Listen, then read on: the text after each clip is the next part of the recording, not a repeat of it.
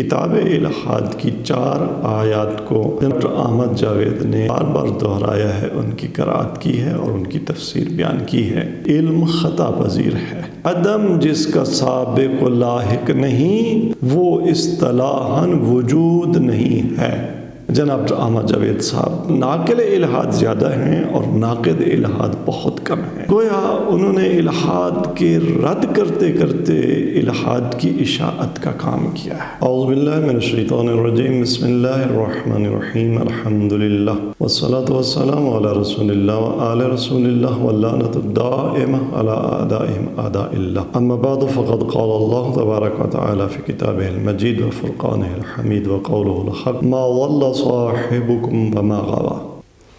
ناظرین، آپ جانتے ہیں کہ ہمارے ملک کی ایک مشہور شخصیت جناب ڈاکٹر احمد جاوید صاحب ایک عرصے سے رد الہاد کے حوالے سے گفتگو کر رہے ہیں، اور اس حوالے سے یوٹیوب پر ان کی کئی ٹاکس نشر ہو چکی ہیں، اور اس سلسلے کی ان کی آخری ٹاک الہاد جدید کے رد کی حکمت عملی کے عنوان سے کم و بیش 1 ماہ پہلے یوٹیوب پر نشر ہو چکی ہے۔ آج کی اس گفتگو میں ہم جناب ڈاکٹر احمد جاوید صاحب کی رد الہاد کی حکمت عملی کے تحت جو ٹاک نشر ہوئی ہے اس کا فلسفی منظر سے جائزہ لینے کی کوشش کریں گے۔ امید ہے ہماری آج کی یہ گفتگو دانشوروں کے لیے، علماء کے لیے، طلباء کے لیے اور بالخصوص اسلامی فلسفہ اور فلسفے کے طلباء کے لیے بہت مفید ثابت ہوگی، اور انشاءاللہ رد الہاد کی کوششوں میں ہمارا یہ ایک اچھا کنٹریبیوشن ہوگا۔ میں 1 by 1 ان 4 آیات کو جو کہ الہاد کی آیات ہیں اور احمد جاوید صاحب کی زبانی مکرراً بیان ہوئی ہیں، ان کا خلاصہ آپ کی خدمت میں بیان کر دیتا ہوں اور پھر اس پر بحث کو آگے بڑھائیں گے۔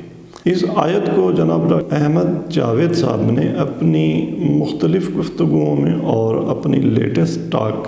جس کا میں نے حوالہ دیا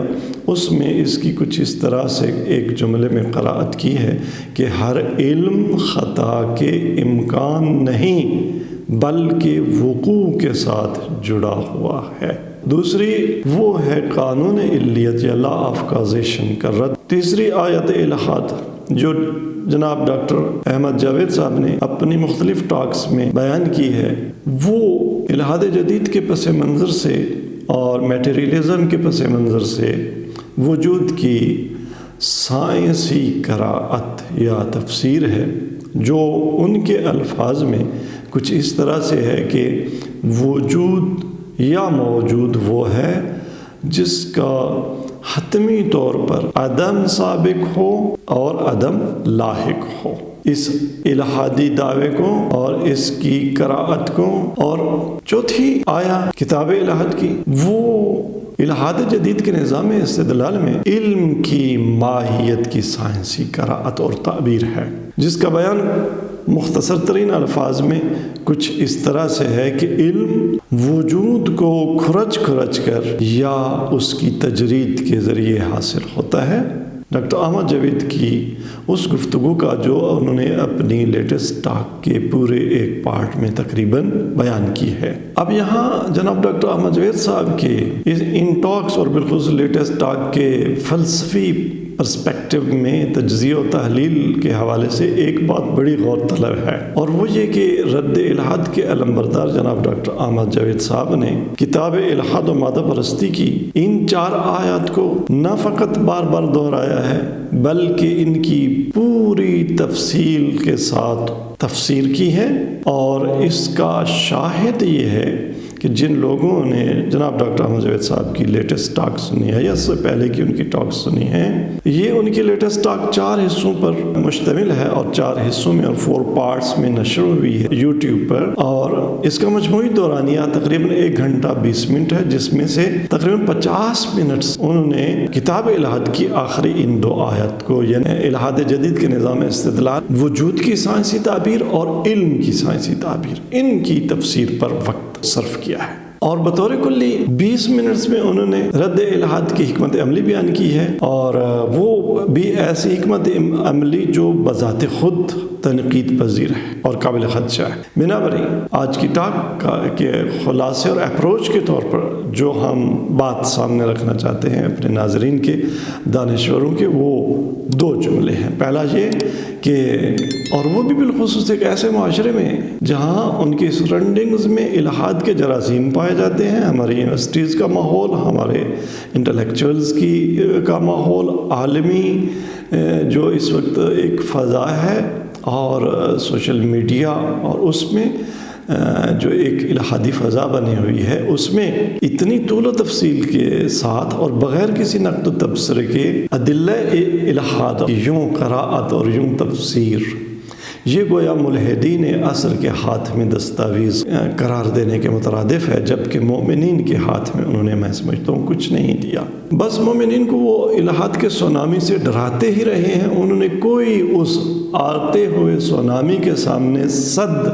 اور بند باندھنے کی کوئی کوشش نہیں کی۔ اور دوسری بات وہ یہ ہے کہ جناب ڈاکٹر احمد جاوید صاحب کے پاس رد الہاد کے لیے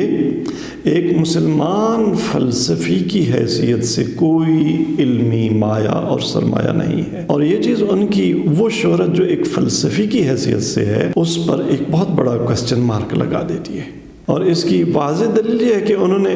نہ الہاد جدید کی لا آف کازیشن کے رد پر کوئی جرح و قط کی ہے، نہ انہوں نے علم کی خطا پذیری پر کوئی سوالیہ نشان اٹھایا ہے، نہ انہوں نے علم کے حصول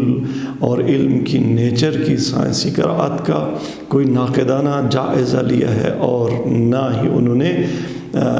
الہاد جدید کی اونٹولوجی اور میٹیریلسٹک اونٹولوجی پر کوئی تبصرہ اور کوئی اس پر حاشیہ لگایا ہے۔ آپ ہمارے اس اپروچ سے اختلاف کر سکتے ہیں، لیکن اگر آپ بغور ان کی ٹاکس کو سنیں تو آپ ہمارے مدعا کی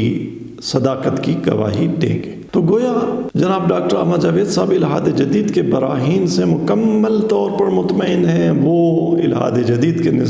نظام استدلال کو ایک منطقی اور متین نظام استدلال سمجھتے ہیں، اور اگر وہ اس سے مطمئن نہیں ہیں تو کم از کم ان کے پاس اس حکم کی نشاندہی کا سامان نہیں ہے جو الہاد جدید کے نظام استدلال میں اور اس کے براہین و ادلہ اور کتاب الہاد کی آیات میں پایا جاتا ہے۔ اس صورتحال میں اسلامی فلسفہ کے ایک طالب علم کی حیثیت سے جو ہماری کنٹریبیوشن ہے وہ یہ کہ جو پہلی میں نے 2 کتاب الہاد کی آیات بیان کی، جن کے جناب ڈاکٹر احمد جاوید صاحب قاری ہیں اور ان کے شارح اور مفسر ہیں، ان کا رد ہم اس سے پہلے بیان کر چکے ہیں، جو یوٹیوب پر ہماری ٹاکس میں موجود ہے، نقد و نظر اور معرفت شناسی کی پلے لسٹ کے تحت، جس کا لنک ہم نے ڈسکرپشن میں دے دیا ہے۔ آپ ضرور اس گفتگو کو تنقیدی نظر سے سنیے اور دیکھیے۔ باقی رہ گئی جناب ڈاکٹر احمد جاوید صاحب کی لیٹسٹ ٹاک میں بیان شدہ 2 دیگر بنیادیں الہاد جدید کی، یعنی وجود کی سائنسی تعبیر اور علم کی نیچر کی سائنسی تعبیر۔ تو اس پر آج ہم گفتگو کریں گے، امید ہے آپ ہمارے ساتھ رہیں گے۔ الہاد جدید کے رد کی حکمت عملی والی ٹاک کا اگر اس کو آپ سنیں تو آپ کو معلوم ہوگا کہ اس ٹاک میں جناب ڈاکٹر احمد جاوید کے کئی اٹھائے گئے نکات قابل نقد ہیں۔ ان میں پہلا نقطہ یہ ہے کہ انہوں نے وہاں پر یہ دعویٰ کیا ہے کہ جدید الہاد کا یونانی عقل کے ساتھ رد وقت کا ضیاع ہے، کیونکہ یہ الہاد جدید یہ ریشنل نہیں ہے، لیکن ضمناً انہوں نے یونانی قدیم اور کلاسک الہاد کو تفصیل سے اور اپنے ادلہ کے ساتھ بیان فرما دیا ہے۔ تو ہمارا سوال یہ ہے کہ جناب ڈاکٹر احمد جاوید صاحب، اگر الہاد جدید کا فلسفہ قدیم یونان کی روشنی میں رد وقت کا ضیاع ہے، تو قدیم یونانی الہاد کا بیان کس کام کا ہے کہ آپ نے اس کی تو مکمل توضیحات اور تشریحات پیش کر دی، ریشنلزم کی بنیاد پر اس کا کوئی رد بیان نہیں کیا۔ اور آپ کی گفتگو میں ایک دوسری بات جو قابل غور ہے وہ یہ کہ آپ نے الحاد قدیم کو افلاطون جیسے ذہن کے لوگوں کی طرف اس کی نسبت دی، اور آپ نے افلاطون کا نام لیا، کسی اور ملحد فلسفی کا نام نہیں لیا۔ کیا وجہ آخر؟ وہ افلاطون جو متعلہ اور الہی کے نام سے مشہور اور معروف ہے اور پہچانا جاتا ہے، اور جس کے فلسفے پر ایک اسلامی فلسفی قرائت یعنی شیخ شہاب الدین سہروردی کا فلسفہ اشراق اس کی بنیاد اگر اپنا بھی کہیں تو اس کے تانے بانے افلاطون کے فلسفے سے ملتے ہیں، تو آخر کیا وجہ ہے کہ آپ افلاطون کا نام ان فلسفی ذہنیت کے مالک فلاسفرز کی لسٹ میں لیں جو ملحد ہیں؟ یہ ہمارے لیے ایک قابل تأمل بات ہے، اور ہمیں یہ اس شک میں ڈال دیتی ہے کہ آیا آپ الحاد کے ناقد ہیں یا ناقل ہیں؟ آیا آپ الحاد کو رد کرنا چاہتے ہیں یا الحاد کو پھیلانا چاہتے ہیں؟ باقی رہا الحاد جدید، تو آپ نے اپنی ٹاک میں بتایا کہ الحاد جدید کے نظام استدلال کی دو بنیادیں ہیں، ایک اونٹولوجی یا آپ کے الفاظ میں وجود کیا ہے کی سائنسی تعبیر، اور دوسرا ایپسٹومالوجی یا آپ کے الفاظ میں علم کیا ہے کہ سائنسی تعبیر۔ اب آپ نے بیان فرمایا کہ الحاد جدید میں وجود کیا ہے کہ سائنسی تعبیر اور تعریف یہ ہے کہ عدم جس کا سابق و لاحق نہیں وہ اصطلاحاً وجود نہیں ہے۔ یعنی آپ یہ کہنا چاہتے ہیں، اور آپ نے یہی کہا ہے کہ الحاد جدید کی سائنسی تعبیر میں وجود یا موجود اسے کہا جا سکتا ہے ایسنشیلی جس سے سابق بھی عدم ہو اور لاحق بھی عدم ہو، بنابراً اگر کوئی ایسی ذات، ایسی ہستی جو لم یزل لا یزال ہوں تو وہ موجود نہیں ہے، وجود کا کریڈٹ حاصل نہیں کر سکتی۔ یہ الحاد جدید کی سائنسی تعبیر ہے وجود کی، اور اس کو آپ نے بیان فرمایا ہے، اس کی توضیحات بیان کی ہیں، اور آپ نے اس پہ کوئی ایک جملہ بھی نقد اور رد میں تو بیان نہیں کیا۔ اور الحاد جدید کے نظام استدلال میں علم کی سائنسی تعبیر کے بیان میں آپ نے خوب اس کی توضیح و تشریح کی کہ میٹیریلسٹک اپروچ میں علم کیا ہے؟ علم ایک وجود، وہی وجود جس کو آپ سائنسی وجود کہتے ہیں، جس سے سابق بھی عدم ہے، لاحق بھی عدم ہے، جو مادی ہے، جو جسم ہے، جس کی مثال آپ نے میز دی کہ اس میز کو کھرچ کھرچ کر اور تجرید کی بلیڈ سے اس کو کھرچ کر وہاں تک پہنچا دینا کہ یہ وجود باقی نہ رہے، اور گویا آپ کہاں تک پہنچ جائیں؟ تصور تک پہنچ جائیں، آپ تصدیق تک پہنچ جائیں، آپ معنی تک پہنچ جائیں۔ تو یہ جو تجرید کا عمل جس میں آپ ادراک تک پہنچے، جس میں آپ علم تک پہنچے، جس میں آپ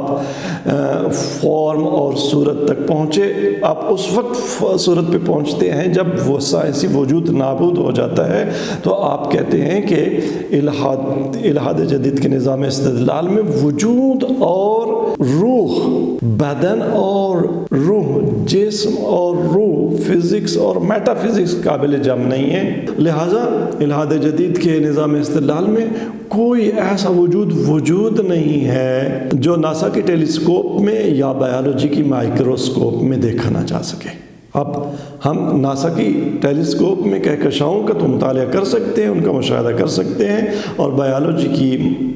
مائکروسکوپ میں جرثومے کا اور چھوٹے سے چھوٹے جراثیم کا مشاہدہ کر سکتے ہیں، لیکن خدا ہمیں چونکہ نہیں ملتا،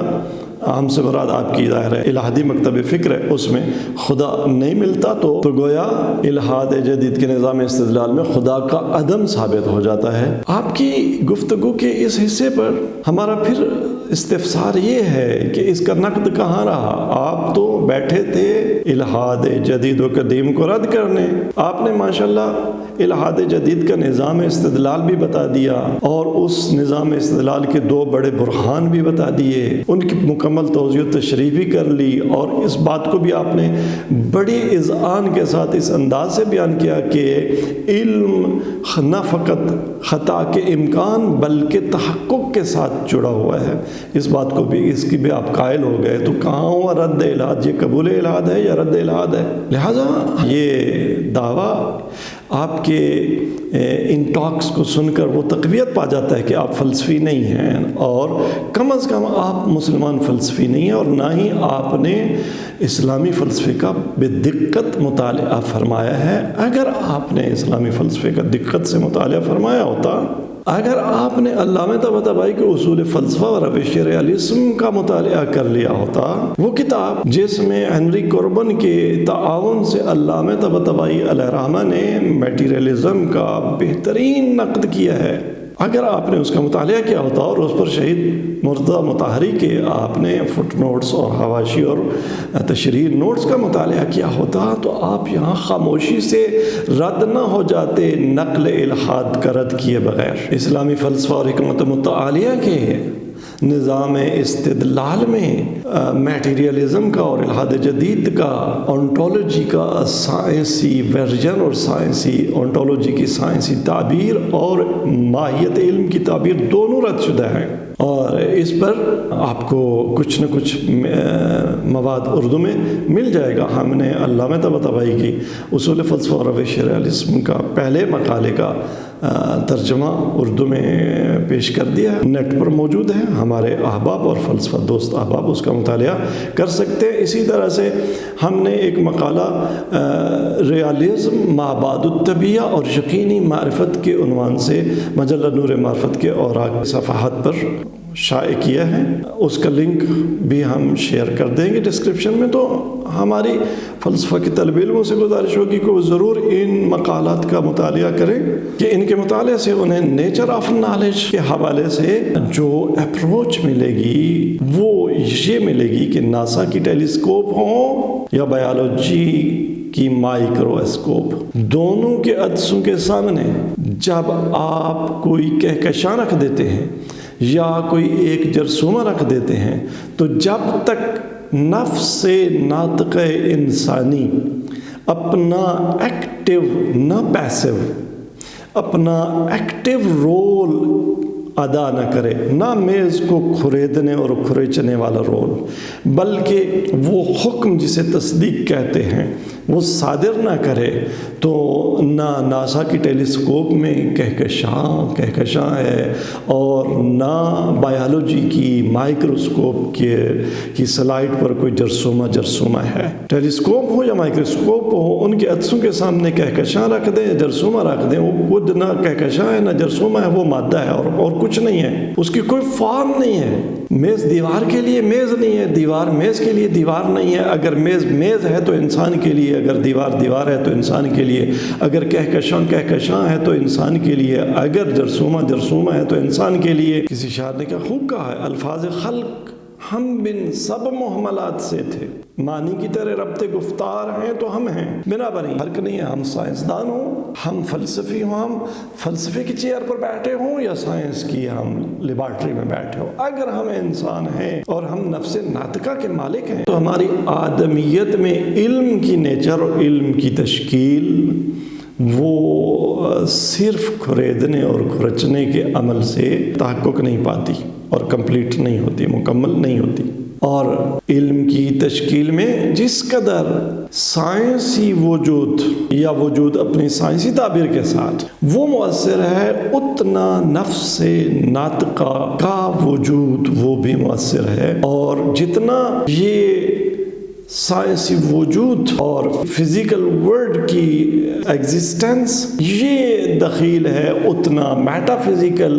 ورلڈ کی ایگزسٹنس وہ بھی دخیل ہے۔ یہ ہماری آدمیت کا لازمہ ہے، یہ ہماری انسانیت کا لازمہ ہے، اس میں کوئی فرق نہیں ہے، نہ سائنسدان میں اور نہ فلسفی میں۔ کوئی دیوار نہیں کھینچی جا سکتی فلسفے اور سائنس کے درمیان یہاں پر۔ یہاں ایک اور اہم نکتے کی طرف توجہ ضروری ہے، اور وہ یہ کہ جسے آپ نے سائنسی تعبیر کا وجود کہا، جس کا دوسرا نام مادہ ہے، میٹر ہے، جسم ہے، ہمارا سوال یہ ہے کہ یہ آیا مقدم ہے فارم پر یا فارم جسے فلسفی اصطلاح میں صورت کہتے ہیں وہ مقدم ہے اس وجود پر؟ اس بات کو پر توجہ کرنے کی ضرورت ہے۔ اب تک آپ نے جو سائنسی تعبیر بیان کی علم کی یا صورت کی کہ ہم تجرید کے ذریعے سے، تجسیم سے تجرید کے عمل کے ذریعے فارم تک پہنچتے ہیں، اور فارم مؤخر ہے وجود سے، سبسٹینس سے، پہلے سبسٹینس ہے اور پھر فارم ہے نہیں۔ ہاں، ادراک میں ایسا ہو سکتا ہے جزوی طور پر، لیکن ایگزسٹنس میں معاملہ برعکس ہے۔ ایگزسٹنس میں فارم پہلے ہے اور سبسٹینس بعد میں ہے، وجود بعد میں ہے، کیونکہ جب تک فارم نہ ہو، مادہ اور سبسٹینس وہ ایک اسپیسیفک ماہیت ہی نہیں پا سکتا، آپ اس کا وجود بھی ثابت نہیں کر سکتے۔ آپ جب بھی آپ کا انکاؤنٹر ہوگا سبسٹینس کے ساتھ، مادے کے ساتھ، وجود سائنسی اپنی تعبیر کے ساتھ، اس کے ساتھ، تو ہمیشہ وہ آپ کو فارم میں ملے گا، اور پہلے فارم آئے گی تب وہ مادہ تحقق پائے گا۔ اب یہ ایک فلسفی، بہت عمیق فلسفی ڈیبیٹ ہے، اور اسلامی فلسفے نے اور ملا صدر نے حکمت متعالیہ میں اور الاسفار الاربع العقلیہ کے فن سادس اور چھٹے فن میں، طبیعیات میں اس بات کو بڑے پیارے انداز میں اور بڑے متین انداز میں بیان کیا ہے کہ صورت مقدم ہے مادہ پر، اور جب تک صورت نہ آئے حیولہ، وہ اپنی پوٹینشیلٹی سے ایکچویلٹی کی طرف آ ہی نہیں سکتا۔ یہ مادہ جو سائنسی تعبیر کا وجود ہے، یہ وجود عدم کی سرحد پر سرگردان رہتا ہے جب تک فارم نہ آئے، یہ اپنی پوٹینشیلٹی میں باقی رہتا ہے، اور اس کی ایکچولائزیشن تب تک محال ہے جب تک اس کی فارمولیشن نہ ہو۔ اسفار اربع کی 5ویں جلد میں طبیعیات کے باب میں ایگزسٹنس اور وجود اور تحقق کے ڈسینڈنگ آرڈر میں ملا صدرہ نے قرآن کریم کی سورہ مبارکہ حجر کی آیت نمبر 21 کہ جس میں ارشاد پروردگار ہوتا ہے اِم مِّن شَيْءٍ إِلَّا عِندَنَا خَزَائِنُهُ وَمَا نُنَزِّلُهُ إِلَّا بِقَدَرٍ مَّعْلُوم کی فلسفی تعبیر ایسی بیان کی ہے کہ جو قرآن کریم کی اس آیت کی بہترین اور عمیق ترین تفسیر ہے،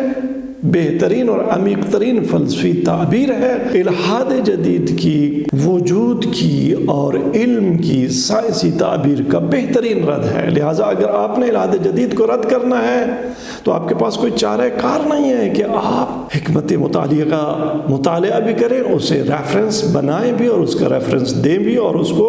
جس طرح سے آپ الحاد کے ادلہ اور اس کے نظام استدلال کو بیان کرتے ہیں، اسی طرح سے حکمت متعالیہ کے نظام استدلال کو بھی آپ بیان کریں، تو یقیناً الحاد قدیم اور جدید دونوں ایک ساتھ رد ہو جائیں گے۔ خلاصہ یہ کہ اسلامی فلسفے میں حکمت متعالیہ میں الحاد قدیم ہو یا الحاد جدید ہو، وہ اس کی تمام قراءتیں جو اب تک بیان ہوئی اور سامنے آئی ہیں وہ مکمل طور پر ابطال شدہ ہے، اور ایسے میں یہ کہنا کہ جی ہر علم خطا کے امکان نہیں بلکہ وقوع کے ساتھ جڑا ہوا ہے، یہ خود سیلف کنٹراڈکٹری جملہ ہے۔ یہی کہنا کہ ہر علم خطا کے ساتھ جڑا ہوا ہے، یہ جملہ، یہ سٹیٹمنٹ، یہ خطا ہے یا یہ ثواب ہے، یہ درست ہے یا نادرست ہے؟ اگر نادرست ہے تو یہ خود ثابت کرتی ہے کہ علم ہمیشہ خطا پذیر نہیں ہوتا اور ہمیشہ خطا نہیں ہوتا، علم صائب بھی ہے۔ اور اگر یہ درست ہے یہ تعبیر، تو کم از کم یہ تعبیر اور خود یہی اسٹیٹمنٹ میں چھپا ہوا علم وہ صحیح ہے، وہ خطا نہیں ہے، اور اس سے پھر بھی یہ ثابت ہو جاتا ہے کہ ہمیشہ علم خطا نہیں ہوتا، ہر علم خطا نہیں ہوتا۔ تو یہ جو فلسفیانہ ملاحظات ہیں جناب ڈاکٹر احمد جاوید صاحب کی رد الحاد کی ٹاکس پر، اور بالخصوص لیٹسٹ ٹاک پر، جو ایک طرف یہ واضح کرتی ہیں کہ ان ٹاکس میں یقیناً لاشعوری طور پر صحیح، لیکن جناب ڈاکٹر احمد جاوید صاحب ناقل الہاد زیادہ ہے، ناقد الہاد یا نہیں ہے یا بہت کم ہے، اور الہاد جدید و قدیم کو رد انہوں نے نہیں کیا، اس کی اشاعت البتہ کچھ نہ کچھ ضرور کرتی ہے۔ اور اب تھوڑا سا جائزہ لیتے ہیں آپ کی الہاد جدید کے رد کی حکمت عملی کا۔ وہ حکمت عملی آپ نے 2 جملوں میں یہ بیان کی کہ اللہ سے ڈرنے والے رسول پر مرنے والے بن جاؤ، سماجی رواداری اختیار کرو اور تم پر ظلم نہ کرو، غریب کو عزت دو۔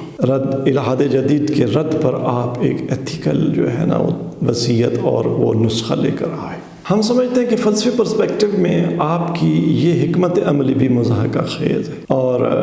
یہ ایسے ہے کہ بقول شاعر ہم ریش دکھاتے ہیں کہ اسلام کو دیکھو، مس زلف دکھاتی ہیں کہ اسلام کو دیکھو۔ بھئی ملحد آپ کو ایتھکس دکھاتے ہیں کہ الہاد کو دیکھو، آپ انہیں ایتھکس دکھانے کی وصیت کر رہے ہیں اور نصیحت کر رہے ہیں کہ اسلام کو دیکھو۔ میں کہنا یہ چاہ رہا ہوں کہ آپ کو حتماً ایتھکس اور فیتھ کے درمیان کہیں نہ کہیں رابطہ جوڑنا پڑے گا۔ وہ رابطہ آپ کیسے جوڑیں گے؟ ایتھکس اور توحید کا، اخلاق اور توحید کا سنگم کیا ہے؟ ایتھکس کو اوریجن چاہیے، اور وہ اوریجن ایک ورلڈ ویو پر مشتمل ہوتا ہے، ایک آئیڈیالوجی پر مشتمل ہوتا ہے۔ وہ جب تک آپ بیان نہ کریں گے، آپ سچے بن جاؤ، ایک ملحد بھی سچ بول رہا ہو، آپ بھی سچ بول رہے ہو، ایک ملحد بھی وعدہ وفا کر رہا ہو، آپ بھی وعدہ وفا کر رہے ہو، وہ بھی چوری نہ کرے، آپ بھی چوری نہ کریں، وہ بھی کسی پر ظلم نہ کرے، آپ بھی ظلم نہ کریں، وہ بھی عورتوں کے حقوق کا خیال رکھے، آپ بھی عورتوں کے حقوق کا خیال رکھیں، وہاں بھی سماجی آزادیاں حاصل ہوں انسانوں کو، آپ بھی سماجی آزادیاں دے دیں، وہاں بھی غریبوں کی مدد کے لیے این جی اوز ہوں اور آپ بھی این جی اوز بنا لیں۔ تو اس سے کہاں توحید ثابت ہوئی؟ اگر وہاں الہاد ثابت نہیں ہوتا ان چیزوں سے، تو یہاں ان سے توحید کیسے ثابت ہوگی؟ ایکٹ سے فیکٹ تک کیسے پہنچا جائے گا؟ یہ رابطہ، یہ کنیکشن، یہ آپ کی ٹاک میں نہیں ہے۔ بنابراً آپ کی الہاد جدید کے رد کی حکمت عملی ناکام ہے۔ البتہ عالم اسلام میں ایسا نہیں ہے۔ اگر آپ استاد مرتضیٰ مطہری کے فلسفہ اخلاق سے آشنائی رکھتے ہیں تو آپ کو یہ جوڑ ملے گا۔ یہ ایتھکس کی ورشپ تھیوری آپ نے مطالعہ کی ہو، اور اتفاق سے ہمیں یہ توفیق حاصل ہوئی کہ ہم اسلام اور اخلاقی اقدار کے نام سے ایک کتاب اردو میں شائع کریں جو مارکیٹ میں موجود ہے۔ وہ یہ بتاتی ہے کہ ایتھکس کا ریلیجن کے ساتھ، میٹا فزکس کے ساتھ کیا تعلق ہے۔ بنابراً ہمارا کہنا یہ ہے کہ جو حکمت عملی بیان کی گئی اس میں ایک بنیادی عنصر ناپید ہے، اور وہ پھر فلسفی تگ و دو ہے، جس کی واحد اساس اور آپ کے بقول پرنسپل پرسپیکٹو عقل ہے۔ یہ بات آپ نے البتہ درست بیان فرمائی، آپ نے یہ بات بجا کہی کہ ہر دماغ کی اینک عقل ہے، جسے وہ جب بھی اتارے گا خطا میں مبتلا ہوگا، لیکن عقل کے بیان میں اور اس کی توضیحات اور تشریحات میں آپ کا بیان وہ کم پڑ جاتا ہے۔ اس لیے کہ اگر آپ یہاں پہ تھوڑا سا نقل کی طرف بھی مراجعہ کر لیتے اور اصول کافی کی پہلی جلد کے پہلے باب کی اول ما خلق اللہ ان روایات کا مطالعہ کر لیتے، تو آپ کو وہ بنیادی مسلمہ مل جاتا کہ جس کی بنیاد پر الہاد قدیم و جدید کا رد بڑی آسانی کے ساتھ کیا جا سکتا ہے۔ وہ عقل کا مسلمہ ہے، اور عقل کا کون سا مسلمہ؟ وہ عقل کا وہ مسلمہ جس کی تعبیر، جس کی فلسفی تعبیر شیخ الرئیس ابو علی سینا کے فلسفہ میں آپ کو اول الاقاویل یا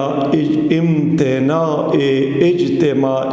سلب و ایجاب کے عنوان کے تحت ملتی ہے۔ یہ عقل کا تنہا مسلمہ ہے۔ جب تک اس مسلمے کو بیان نہ کیا جائے، جب تک اس کی توضیح اور تشریح بیان نہ کی جائے، تب تک خالی عقل کہہ کر بھی الہاد جدید کا رد جو ہے وہ پیش نہیں کیا جا سکتا۔ لہٰذا ہماری تجویز یہ ہے کہ کم از کم الہیات شفا میں اس عقل کے مسلمے کو اچھی طرح پڑھ لیا جائے، جس پر ابن سینا نے مشائی فلسفے کی پوری عمارت وہ استوار کی ہے، اور اگر مسلمان فلسفی اور دانشور اس مسلمے پر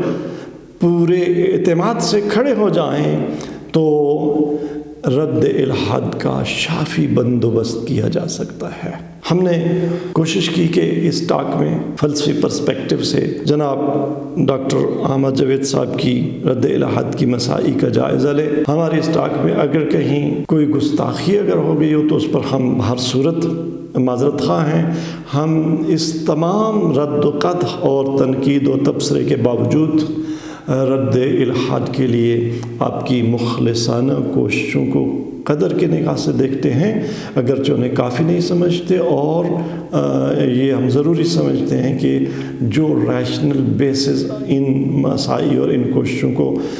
فراہم ہونی چاہیے اسلامی فلسفہ سے،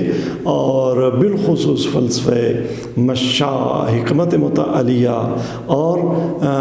اصول فلسفہ رویہ ریالزم اور فلسفہ اخلاق سے، وہ آپ کے بیان میں مفقود ہیں۔ تو کوشش کی جائے رد الحاد کے پلیٹ فارم پہ بیٹھ کر، اس کی چیئر پر بیٹھ کر